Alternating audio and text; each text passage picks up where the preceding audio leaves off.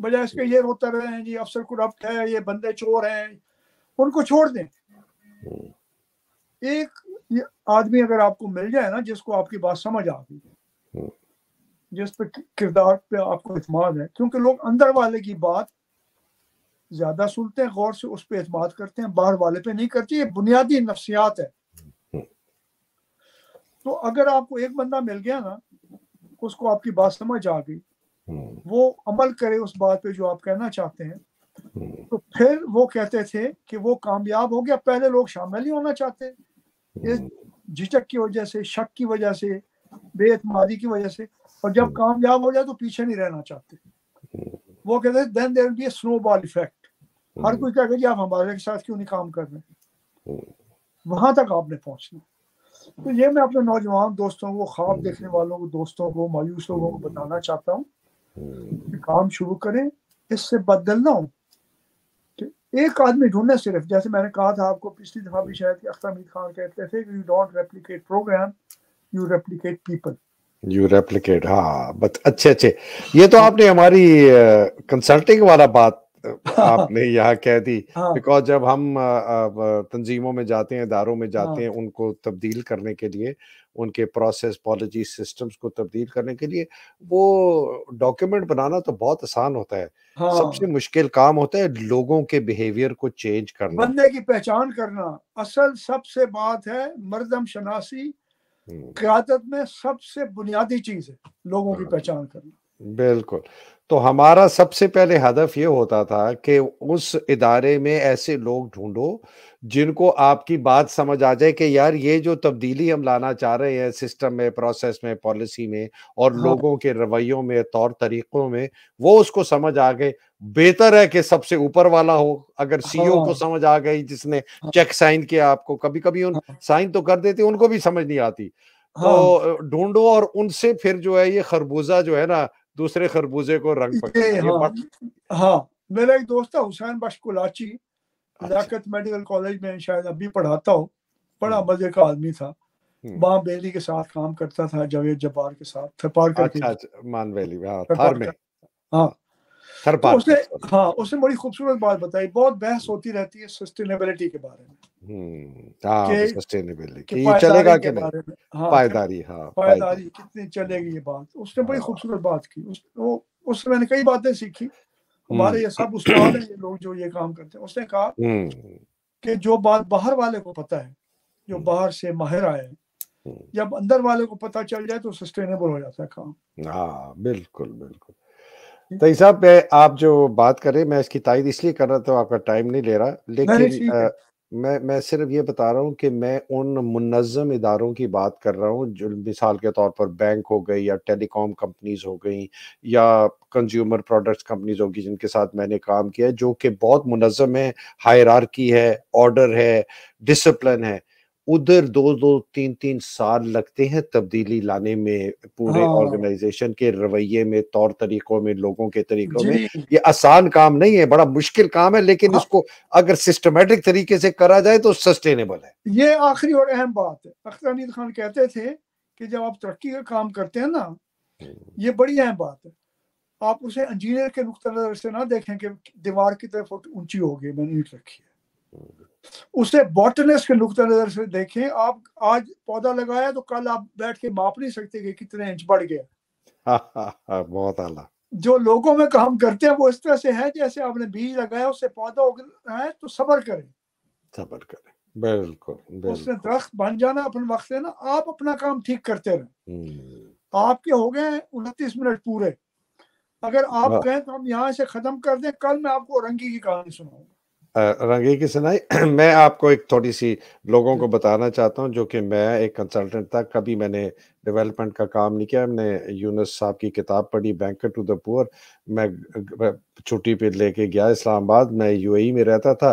Bank گیا, میں نے بینک سے اس زمانے میں وہ 2.5 لاکھ روپے میکسیمم نکال سکتے تھے, اے ٹی ایم سے میں نے نکالے, اپنی سائڈ پہ رکھے, اور میں نے کہا, انہوں نے کہا 2 چیزیں ڈھونڈو, ایک بندہ جس کے پاس ہنر ہو, اور دوسرا جس کو آپ کے جس کے ان پٹس کی ضرورت ہو, کہ یا اس کو انوینٹری ملے, یا اس کو کوئی ایسا مشینری یا اس کو اوزار ملے جس سے اس کی آمدن میں اضافہ ہو.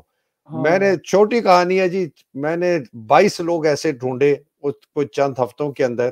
میں نے ان کو کئیوں کو اوزار دیے، کئیوں کو انوینٹری دی. 22 کے 22 نے، یہ میں اسلام آباد کی بات کر رہا ہوں، 22 کے 22 نے منیمم دگنی ہوئی، زیادہ تر کی تگنی یا چوگنی ہو گئی اپنی انکم.